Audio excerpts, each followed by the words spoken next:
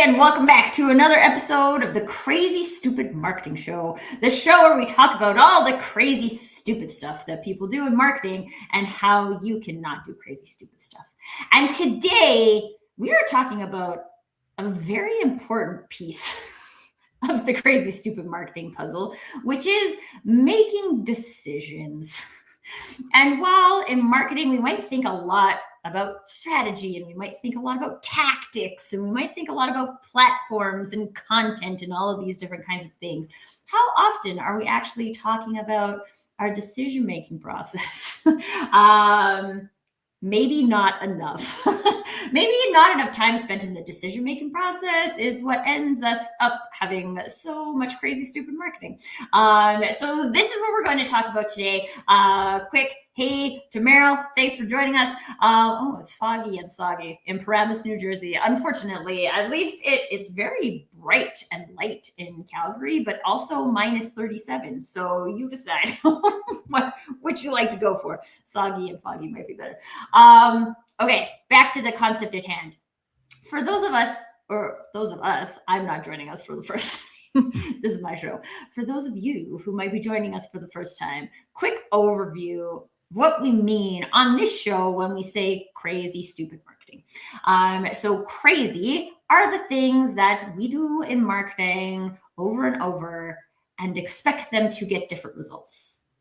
And yet we have no data saying that that is true. And stupid being the things that we do purely because someone else told us to, or maybe because also your competitors do them and you're just copying them. But the important piece of stupid is that you don't have a good reason why you are doing them.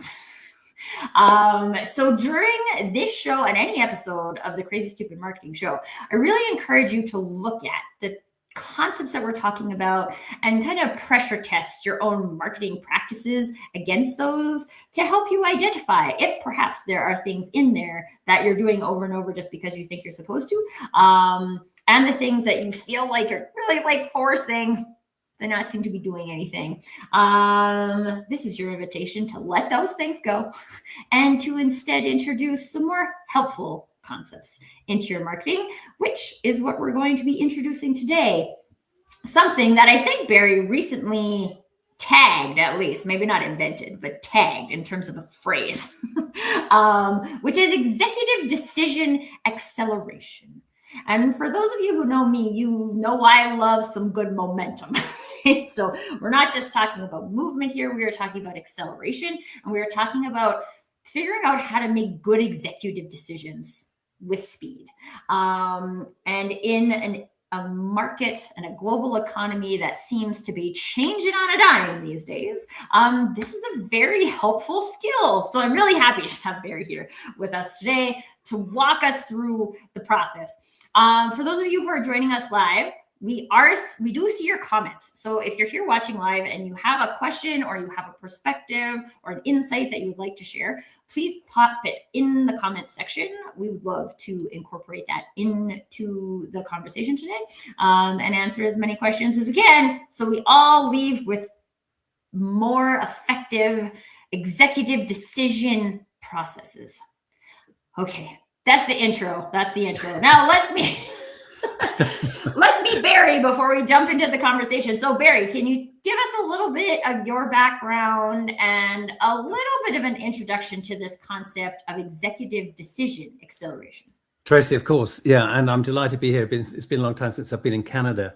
I had a 50-year flying career, flying very large airplanes for quite a long time around the world on long-haul operations. And we had a lot of executive decision acceleration moments where we had to make very rapid, considered, well-structured decisions that got us to the right place, because of course a lot of the stuff we were doing was life-threatening potentially if we got it wrong.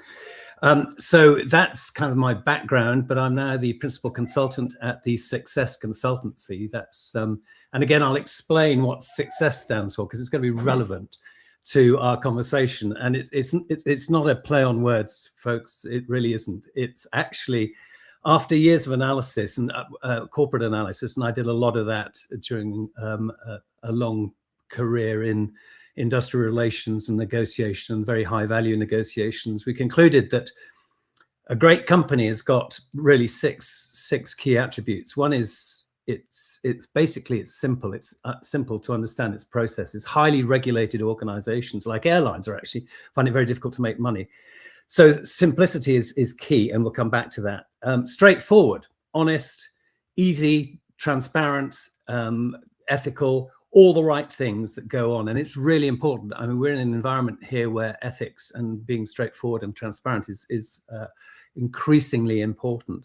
It's got to be satisfying for those who work within the business, for those who interact with the business, the stakeholders. And it's got to be sustainable, both economically and ecologically. We're custodians of a planet, briefly, and it's got to be sustainable economically, otherwise it doesn't exist. And ideally, it should be scalable. That's kind of obvious. And sellable not only to its stakeholders, the people who work within the organization, and also the people with whom the organization deals with, but also its potential investors, and obviously on an exit. So those are the 6 S's of success and the success consultancy. And what I'm going to take you through is not the full executive decision acceleration process, because that's kind of pretty bespoke to the organization that we're talking to, but it'll give you if you like, an element of some of the structure around decision making that actually helps you to get to a good decision more rapidly. And that's what we call acceleration.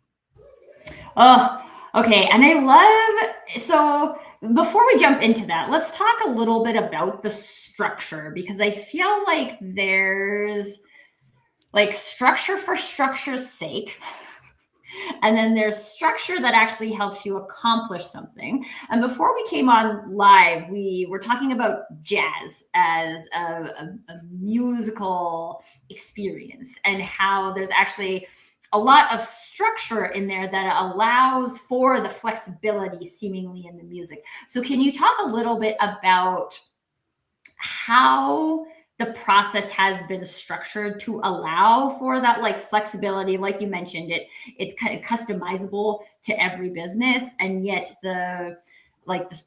partially the structure allows, but the structure also like creates space for that to be optimized. Yeah, absolutely. And let's get some, well, of course, my experience is not only jazz, folks.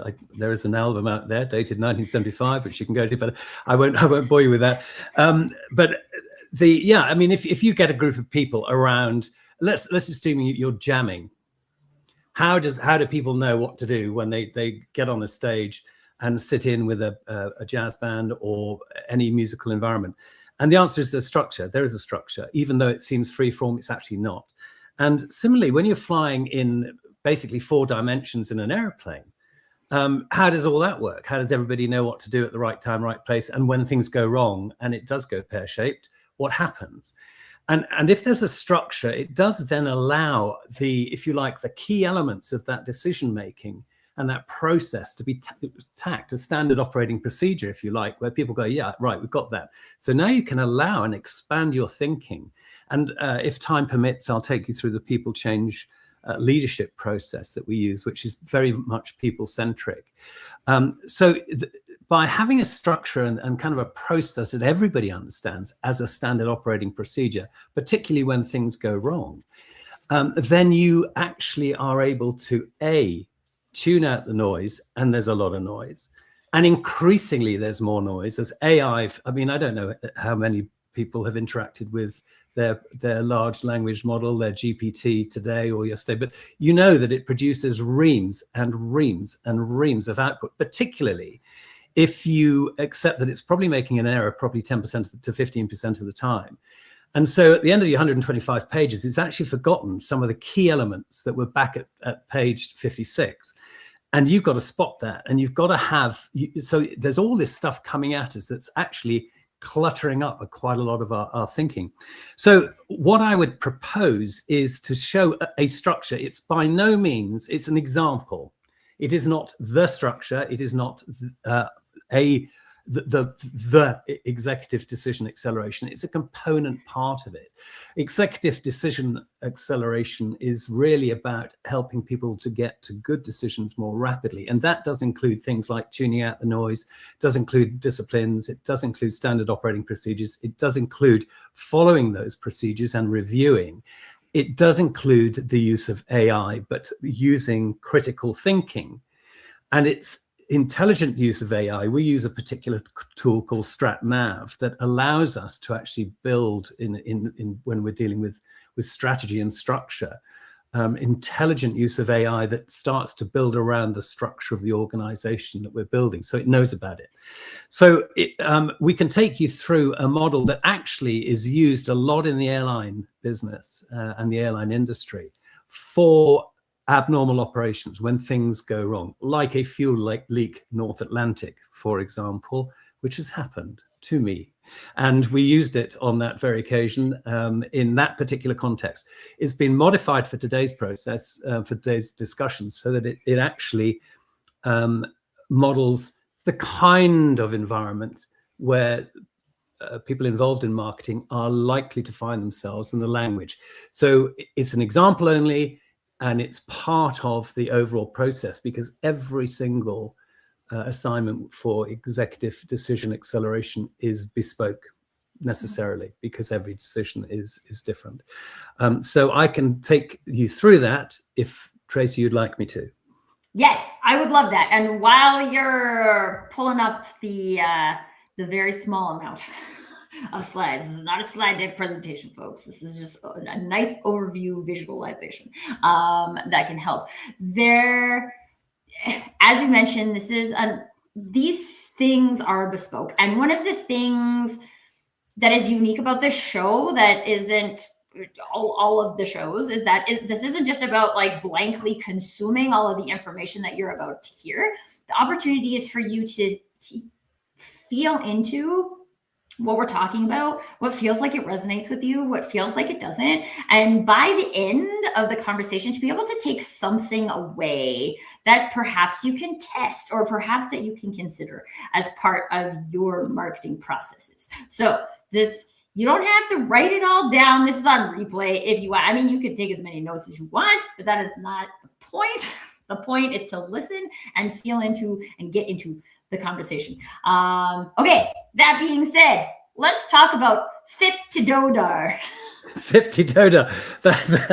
And can you see the screen okay, Tracy? Yes, and I am like very excited because this is just a really fun thing to say. Right, so FIP-to-DODAR, and everybody, it's you'll see what it means, and you go, well, why? What is this? This is crazy, man. And one of the things we'll do, obviously, is have an interactive element throughout this process. So I'll answer questions as they come in or at the end.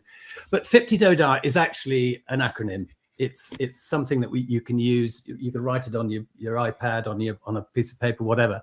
But basically, I'll take you through what it means and why it's important. And it's not copyright of the Success Consultancy by any means. It's in widespread use in the airline industry, particularly on the flight deck, on the airplane, as a procedure, as a methodology, and as an aid memoir during abnormals. And so this is part of executive decision acceleration, as I say, not all of it. So executive decision acceleration for marketing leaders and leaders of organization. When performance drops, most organizations kind of react almost tactically and almost in a knee-jerk manner, particularly if it goes wrong very quickly. And what we're trying to do here is to provide some structure and discipline to that process. So core mistakes: when results dip, marketing teams jump to tactics. They cut budgets, they change agencies, or they rebrand, they switch channels. Activity increases, busy work increases, noise increases, and as a result of that, clarity decreases. And if you look at airplanes, highly complex machines with lots and lots of data going on. 168 computers are on the airplane I flew, all providing data. And how do you get that information distilled into something really, really simple? And on modern aircraft, basically you've got the same instrument. Anybody who's a pilot will know this.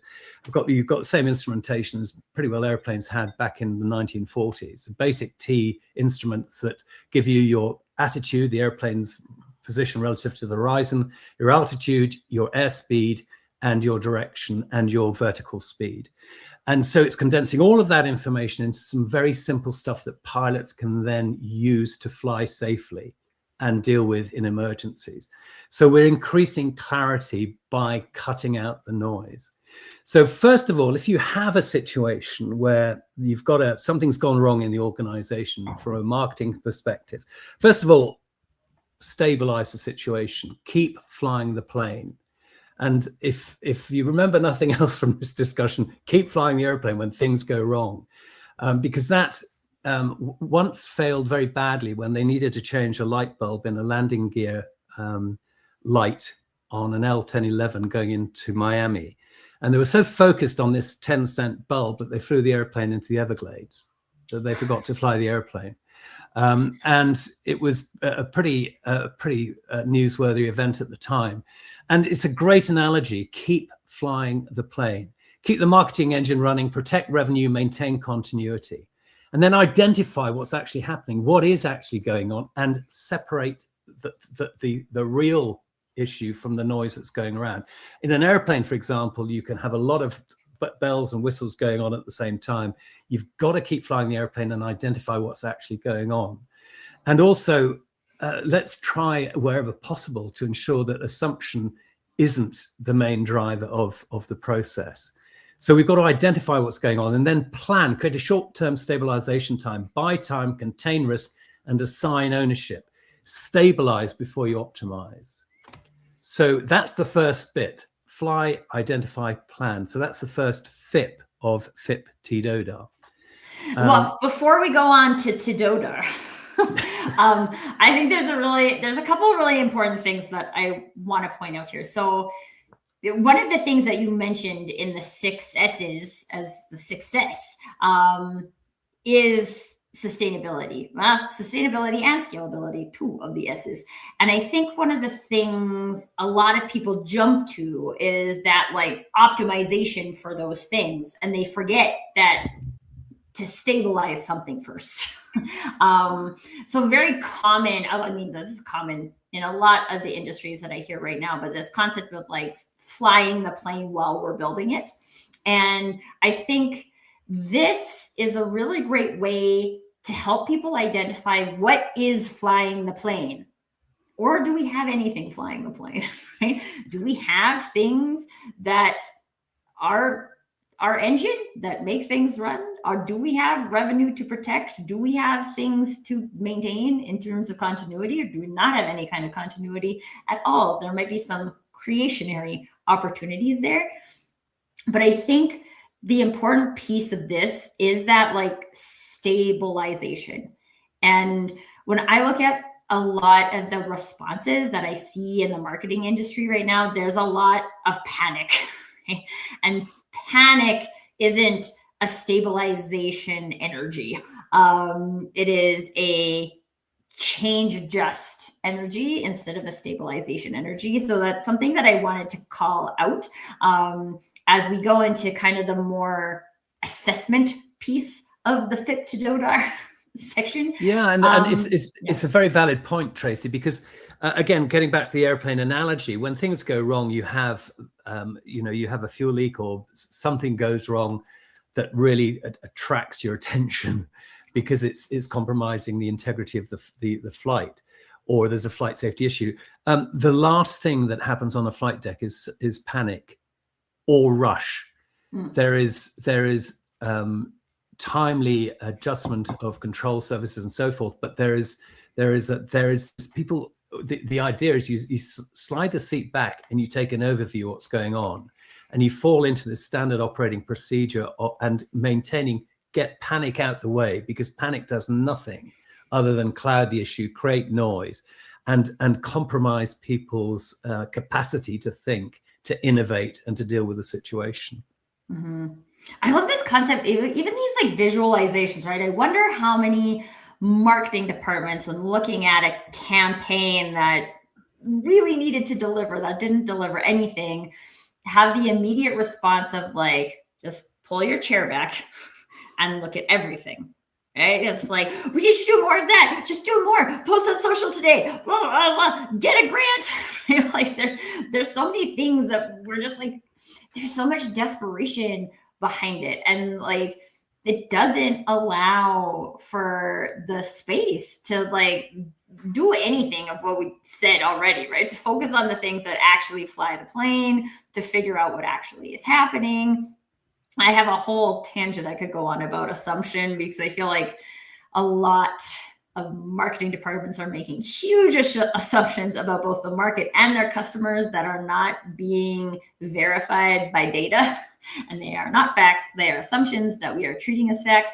And so even in that like identified category, there, I think there's much work to be done, but it can't be done if we rush through doing it. And as we move into the second part of the Fit to Dodar, I'm really excited to help people understand the difference between decision acceleration and rushing. Yes, well, that's the whole point, and that is the point, isn't it? That generally, if you're rushing, you'll slow the process down. There's in one of the podcasts I did on the Just Great People podcast, where Tracy has been a very welcome guest more than once.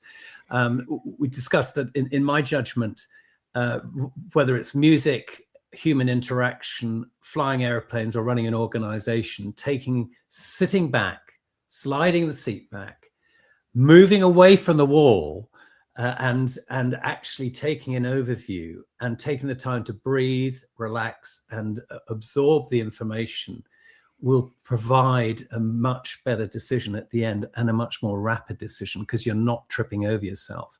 And I often say, Tracy, to clients, look, right now you're right up against the wall, and you feel penned in, and you feel that there's no way around. Step away from the wall, step back from it, slide your seat back, because you'll find there's a way around to the left, to the right, and over the top. And it's almost, on occasion, you can actually see the sort of shoulders kind of relaxing when people realize that actually, if you move your face away from the wall and step back and take the big picture, you're not in the same panic driven environment that you were 30 seconds earlier. So that's just some observations from the front. Yes. Oh, so great. Okay, let's go to Dodar. T-Dodar. Okay, another catchy one. So we've done FIP. Let's look at T-Dodar. And actually, I tend to split these into TDO, DAR, or just so it however you want to do it. But T-Dodar also works. And this again is just some easy things to remember. Here's the big one. T for time. How long have you got? Now, if you're bleeding cash urgently, and I was dealing with an organization that was bleeding at a huge rate, and we helped to staunch that very rapidly by actually pretty well following exactly what you're seeing here. How long have we got for whatever it is that we've got to do? I had a situation where I had a fuel leak mid-Atlantic. So how long have we got? If we continue with the fuel leak, where do we go? What do we do? How long have we got to make this decision? And how long have we got in terms of available flying time with the gas we've got? How long can this company last with the cash reserves we've got at our current rate of attrition, and with the marketing program that's not working? So time is critical. And once you establish that, you've quantified something really, really important, because that's now the kind of the box, that's the ballpark you're working in now. How long have we got to do this? Because if it's really, really constrained, it's going to make, time is very constrained. It's going to make a material difference to how you follow the next steps and how you then execute them. So time is critical in every case. Then the next thing is diagnosis. What is the real cause of this? Not the supposition. What's the real cause? What does the data say? What do people say? What do our stakeholders tell us? What's the real cause of this? And then that's the D, the diagnosis. And it is really worth taking the time to slide the chair back and analyze this clinically, dispassionately, and with the real data to support your analysis. And then we go to options, because there probably isn't only one option, is there? There will usually not just one. Usually not just one. There'll be plenty of options, and one or two might provide an overall better solution, and may not be immediately obvious. And actually, perhaps on another occasion, we'll look at the Success Consultancy's People Change Leadership Framework, where we actually talk about stakeholder empowerment to actually get innovation and ideas forward. But ultimately, a relatively small group of people, sometimes one person, is going to have to make the final call. So we need to have credible paths, and that takes time to consider. And then this is where we have the decision that we have to look at.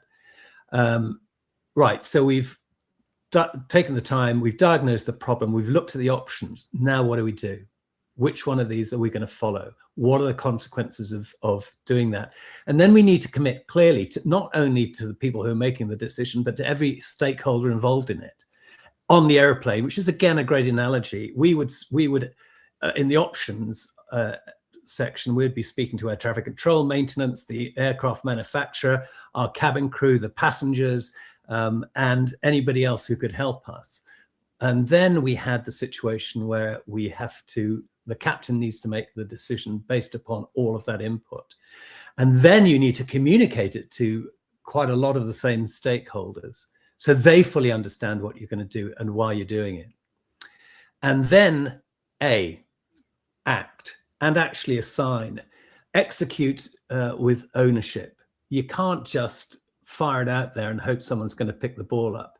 People need to understand it. You've got to have the KPIs, for example, or the OKRs, to ensure that you are following the right course. It is working, because it may not.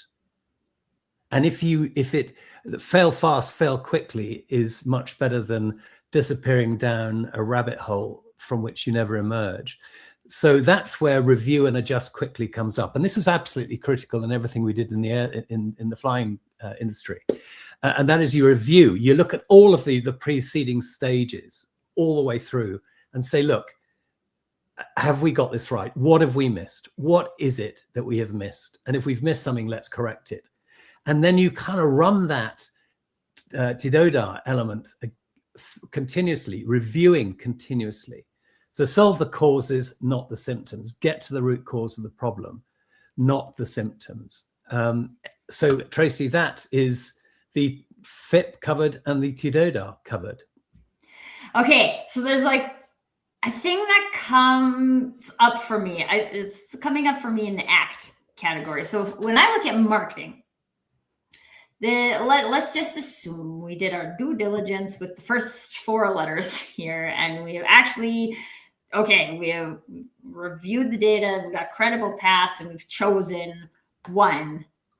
But we have to keep doing all the other same stuff, right? We have to keep posting every day. We have to keep blogging the same amount. We have to keep our same associations. We have to keep our same memberships.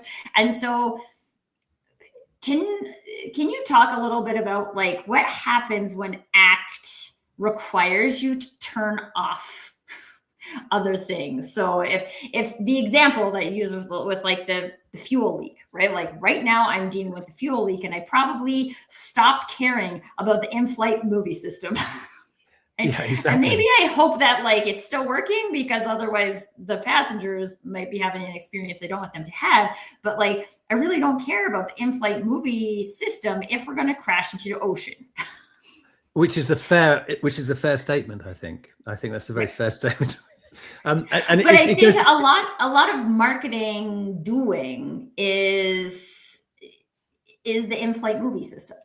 Yeah, and it's back to flying the airplane, the first F, isn't it? Fly the airplane. You've got to fly the airplane. For example, in the case of the fuel leak, when we got through to it, we had to shut an engine down. So we did have to change something quite dramatic. Fortunately, we had another 3, which again is very reassuring. because the passengers were still they're in the sort of croissant course of their breakfast as all this was happening and weren't aware of anything. So the situation here is you adjust, yeah, you might have to, you're going to have to prioritize stuff. If something's going wrong, there are things you're going to have to prioritize, but you still have to keep flying the airplane so that you're going to get to the destination or a suitable alternate. You might have to change your destination. And I think this is again, that's why I love examples like this, because I feel like the concept of destination is very clear when you're looking at a flight, right? I'm going from London to New York. The destination is New York. Everybody knows what the destination is, and we don't have to ask that many questions about it. But in business, and maybe not particularly in marketing, but marketing definitely follows in these footsteps, is that there's not always very good definition of what your destination is.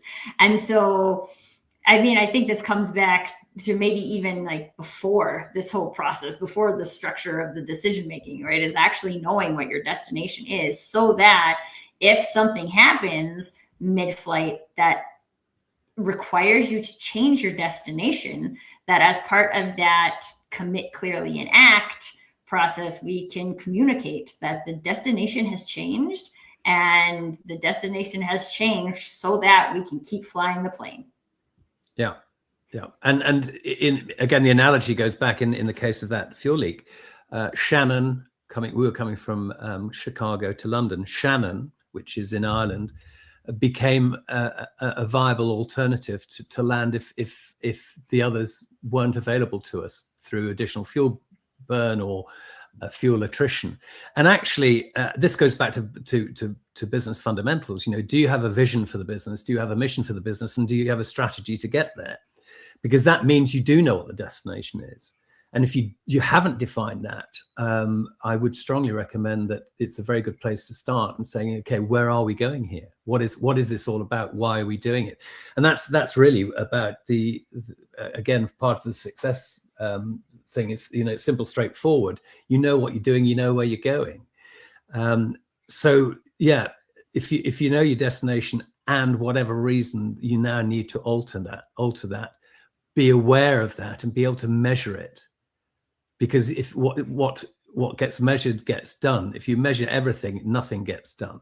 So it's very important that you're measuring the right data, the right KPIs, you're using the right OKRs, and you are clear about where you're going. Yeah, it's funny because when I think about, marketers love to call themselves data-driven. And I feel like it's started to mean data collecting, right? That we're not actually making meaningful decisions with data. We're just collecting data, and we're collecting data, as much data as possible.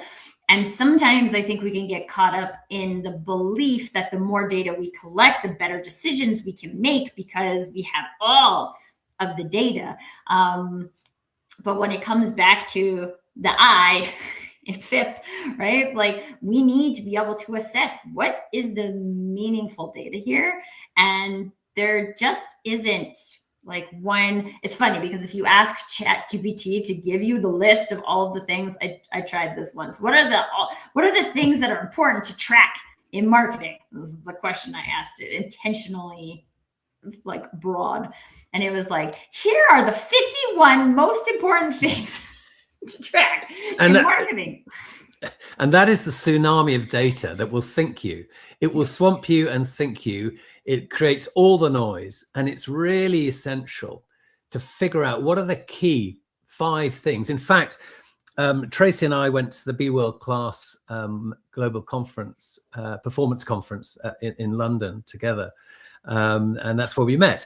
And basically, Be World Class is Simon Hartley and his team. They, for example, coach and executive coach Bayern Munich and lots of other big companies, Adidas and others. But also Simon was responsible for coaching what became an Olympic competitor who, when they met, was simply a county level swimmer. And they took 2 years to find out what the one job was that they needed to do to get to the Olympics. And they then concluded there were 5 supporting things that were going to make that happen. And I could tell you what the one job, it was actually just to swim 2 reasonably efficient lengths. And the 5 supporting things were a good first 15 meters, a reasonably efficient first length, a good turn, an efficient second length, and to touch at the end with both hands. And that's what they hammered for 2 years. And he went from county to Olympics. And that's one of the elements that I would encourage people to sort of reflect upon, because on an airplane, you've basically got the basic T as 5 instruments, a very small number of instruments that's collating all of that data into something that's manageable. So when you've got a BI that's pumping out all this data that doesn't really mean anything, it's actually critical to get down to the stuff that really does matter. Measure what matters. And not my words, but the words of John Doerr, who invested 12 million in a company that you may have heard of called Google in 1999 for 12%, roughly 12% of the company. And so it's not everything. If you measure everything, nothing gets done. It's, again, the first S in success is simple. Keep it simple. Yeah, and I think this is an important piece of information that people can take to look at if we are in the process of exploring how can we accelerate these decision processes. I think, again, in the markets and the economies that we're living in right now, there's just no, first of all, historic data has done a very poor job of predicting future data. But also things are changing rapidly, and we can hope that slows down, or we can enable ourselves to participate in that ecosystem by moving in this direction of the acceleration. But the acceleration, it's almost like if I'm thinking about a car driving, it's got a certain amount of horsepower, and I pile I got a trailer on it, and I got I don't even know, lots of heavy stuff strapped onto the back of it, then I can't go as fast. I can't accelerate as fast. It's just not possible. But if I have only what I need, which is not nothing, right? There's things that I need. But if I have only what I need, then I can go faster. I can pivot faster. I can move faster, and I can accelerate faster.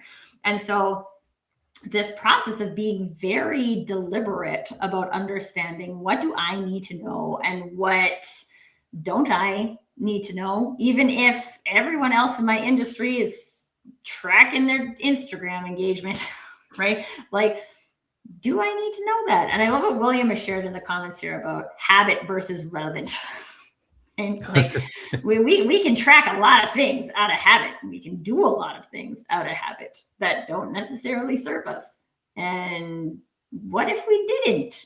What if we were looking diligently at what serves us and what doesn't, and get rid of the things that don't, so that when we have a fuel leak, we can actually address the fuel leak. Yeah, absolutely. And this ties in, the executive decision acceleration ties in with StratNav, which we use really for asking simple questions, actually, about example, what's the vision and the mission of your business? And Tracy, this may surprise, or maybe it may not, but when I ask founders or owners, when I speak to them, so what's the vision for the business? Where are you going? Because it's one of the questions we ask it's one of the elements that we put into StratNav, and the answer is often a roaring silence and an embarrassed silence, because they haven't actually defined what the aims and the objectives and what the mission and the vision of the business.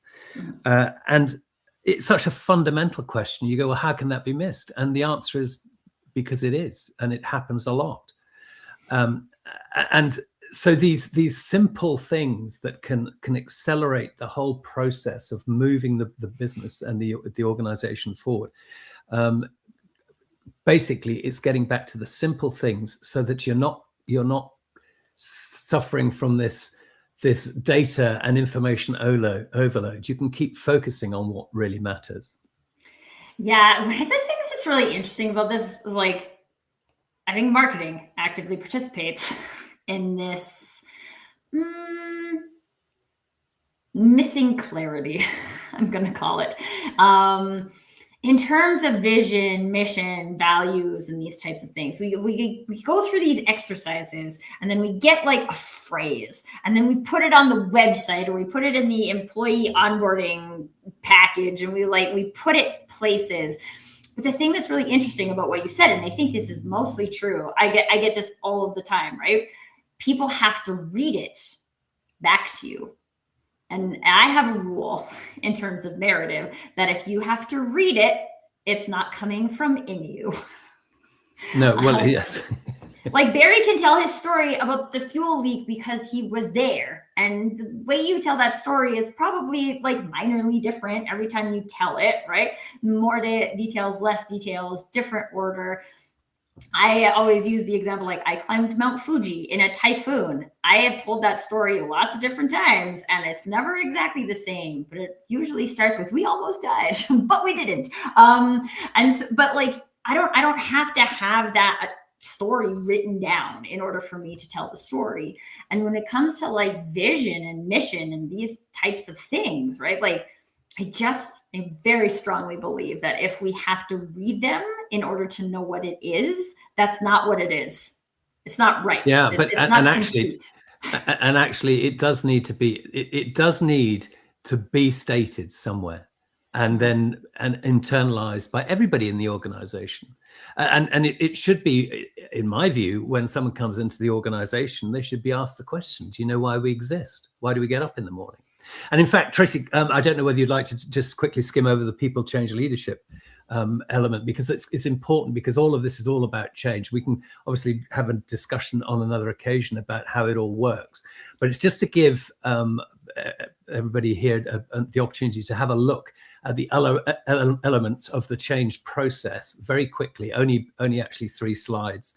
And the key elements that people need when they're going through this, because one of the things that's important is to communicate clearly, but also to ensure that you're getting the best decision-making tools coming with you. And that does very often involve getting as many stakeholders as possible to chew on the problem, notwithstanding you've got to take the decision. And it can be structured. You can actually have your organization structured so it's constantly able to deal with change. So we can quickly run through that, Tracy. Yeah, we can quickly run through that. Yeah, that sounds great. So if you want to pull that up, and I just want to appreciate that Jay has shared a bunch in the chat here about as a journalist covering the Korean air crash in Guam in 1997, and that they had determined the crew wasn't communicating properly with each other and traffic control. And so I think it's just another example of, you have all this instrumentation and you have all this machine, and communication can ruin everything. Yeah, absolutely, big time. And it's the metaphors are not only out there, but actually so are the hard-earned lessons. And in fact, when pilots go into the simulator twice a year for 2 days, and then they have line checks as well. But in the simulator, you see all the things you hope you never ever see in a whole lifetime, and you see them a lot. But one of the things that always surprises people is that people assume it's all about technical skill. The thing that we're really measured on is our non-technical skills, what's called CRM, crew resource management, and that's how you're communicating with each other, with air traffic control, with your flight operations department, the passengers, and all of that critical interaction. Absolutely right. There are plenty of examples of really bad things happening when people fail to communicate correctly. And in fact, have you got this slide up now? Yes, Tracy? we are. Right. We are sharing it. The People Change Leadership Framework. People actually is an acronym. And we wrote this is our own, and it is a sort of success framework. It's designed so that if you don't take anything away from it, the word is people.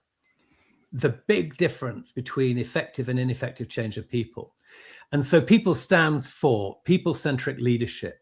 that means, and I'll come on to some of the elements that involves. It means that you're focusing on people, you're empowering people, you're utilizing people in a way that and we'll come on to the spaces model developed by Hilary Scarlett, who wrote the Neuroscience for Organizational Change. If you have an organization that basically is operating with the People Change Leadership Framework, it's one that's basically configured for change. So you have people-centric leadership, you empower your stakeholders, and you basically empower them by encouraging leadership throughout the organization so that anybody can speak up. And then when you have, and I'll show you the basic concept, which you have a dual structure where you have basically the hierarchy on one side doing the day-to-day chug stuff, driving the reliability, dependability of the organization. On the other side, you've got a creative network, and that is you've got volunteers in there who are actually working on change constantly, and they naturally form into nodes of excellence, working on particular problems. And if you optimize your organization so that you've got the dual structure, and in John Cotter on culture and performance determined that basically this dual structure was a result of gave organizations like Google and Amazon a huge competitive advantage. That you've got this innovation network sitting on one side of the organization working on innovation and change and feeding that through into the strategy of the business. And on this other side, you've got the hierarchy, and the two communicate with each other. They're not separate per se, but they communicate with each other. And then once you've got the people-centric leadership, you've empowered your people so that they are part of the process, not a distant relative of it, but a part of it. And you've optimized the organization, having the dual structure. Then once you develop a purpose-driven vision for the business, this comes back to vision and mission again, then you're set up, you're optimized for doing that. Then you go through the process of learning as you go through the change process, and you embed the change by ensuring that it becomes part of the DNA of the organization. I've covered a big topic in a very short period of time, but the important thing here is that it's not necessarily linear. It's everything's working with each other. It's all part of the same big Venn diagram. It's all part of the whole. And getting onto Hilary Scarlett's spaces model, this is really, really important. And the neuroscience tells us, and this is what the people-centric leadership is all about, understanding what people need. They need self-esteem. Think about it. You take people's self-esteem away, then they become very disenchanted very quickly. They've got to have purpose. They've got to have a place to go to. They've got to have a sense of autonomy. They need this. This is all hardwired into the human being. They want certainty. Think about it. If you take certainty out of the equation, how people feel. And they want equity. They want to feel that the decisions that have been taken are fair and reasonable and involve them.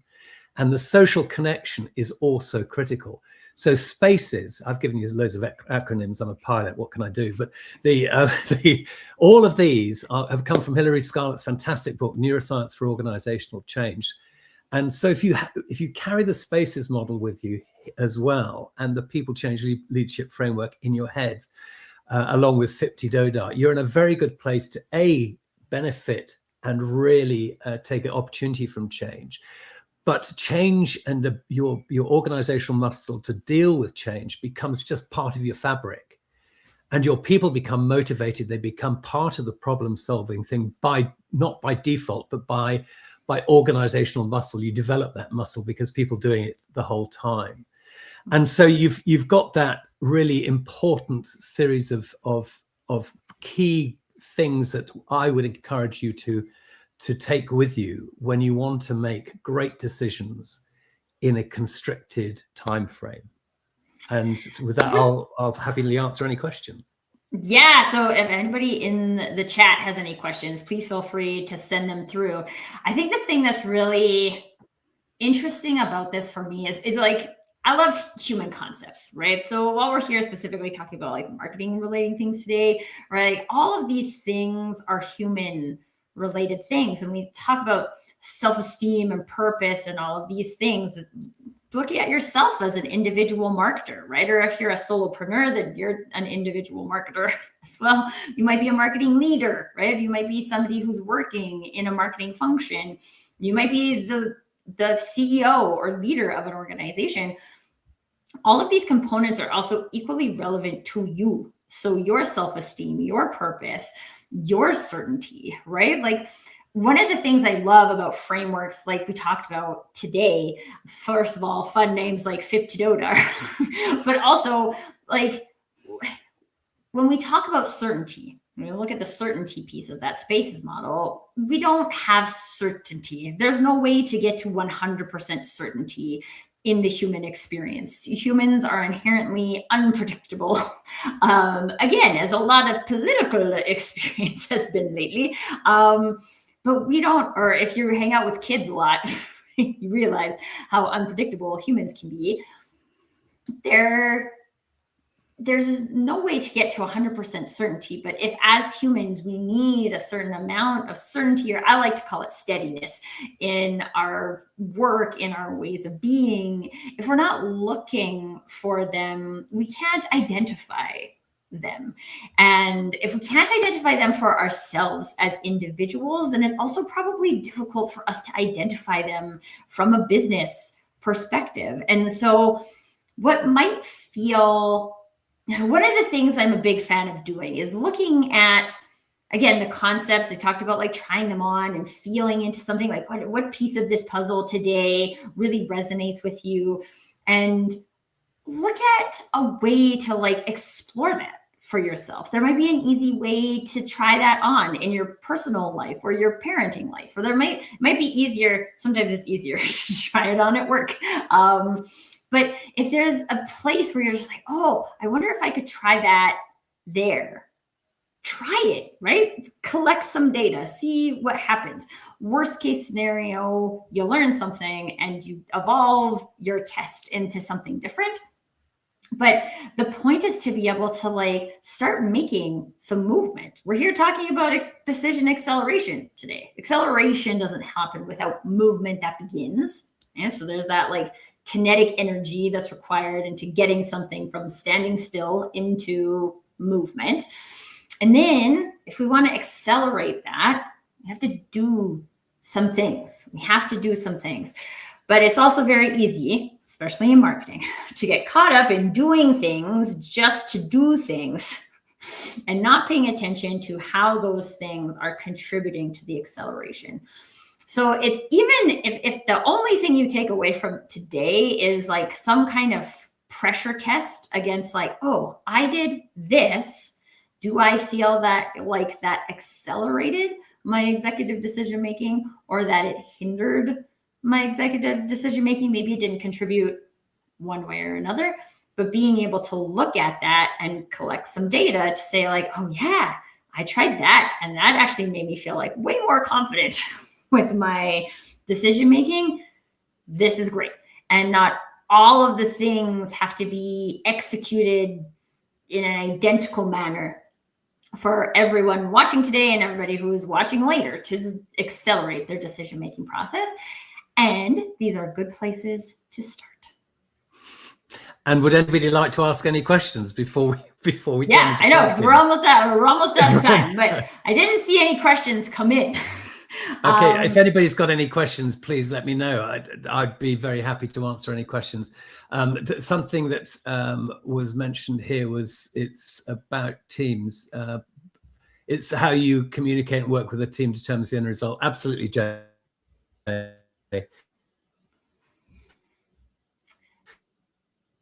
Yeah, and this is also, again, like one of the things I think a lot of people forget is that there's... And I think that's... We had a little internet. I don't know what I did then, folks. I don't know what I did. It's fine. Technology. It sometimes helps and sometimes hinders. It is what it is.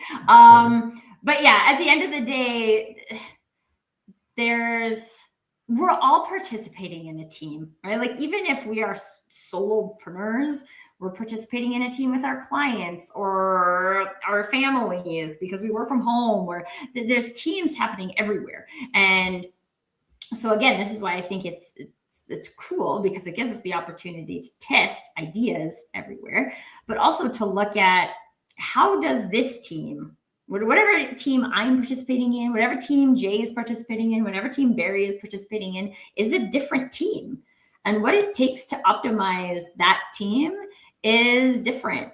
And so if we can take the time, pull our seat back to like look at our specific team and say, okay, what is going to empower our people? What is going to help create certainty? What is going to help contribute to any of the things that we talked about today? I mean, asking a question is a very good way to slow things down, because generally we have to stop and think.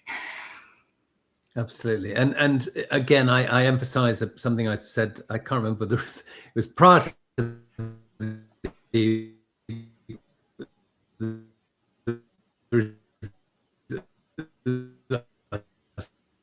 starting this, or can you hear me? Okay, you're back now, but I didn't get anything before that. I'm sorry, I didn't touch anything, folks. Again, I keep saying that have that process, slide your seat back to take the bigger picture in, have the process, slide the seat back, and take the time to take the decision. Rushing a decision, busy work, overactivity slows the decision-making process down, as does excessive noise. So we simplify, we have a standard procedure, we take the time to take a considered judgment, and trust me, we'll get there a lot more rapidly, a lot more effectively, with a longer lasting result. Oh, so good. And folks, those longer lasting results, they don't just end for you. They create results for your clients too, which allows them to turn into repeat clients and brand champions and all of those things. And all of these things allow the success to ripple out of our organization. And when we talk about scale and sustainability, these are key components to that. So I highly recommend that anybody who is currently exploring how their executive decisions might be accelerated, don't let this be the last conversation that you participate in on that front. Let it be the first of many.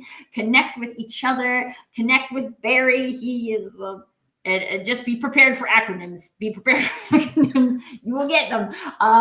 Connect with me. Stay in the conversation. Try some of these things on. Give yourself some little micro experiments of like what you might do in order to see if things are actually being accelerated or not. Because this is our opportunity to pull that seat back and take the time to do things in a meaningful way instead of a crazy, stupid way. With that, Barry, thank you so much for all of your acronyms and all of your insights today. Always a pleasure, my friend. Thank you, everyone, for being in the chat. We had Meryl, Jay, Lisa, Brenda, William, and Christy. Thank you guys for sharing the time with us today and your perspectives and stories as well. And until next time, everybody, permission to do you.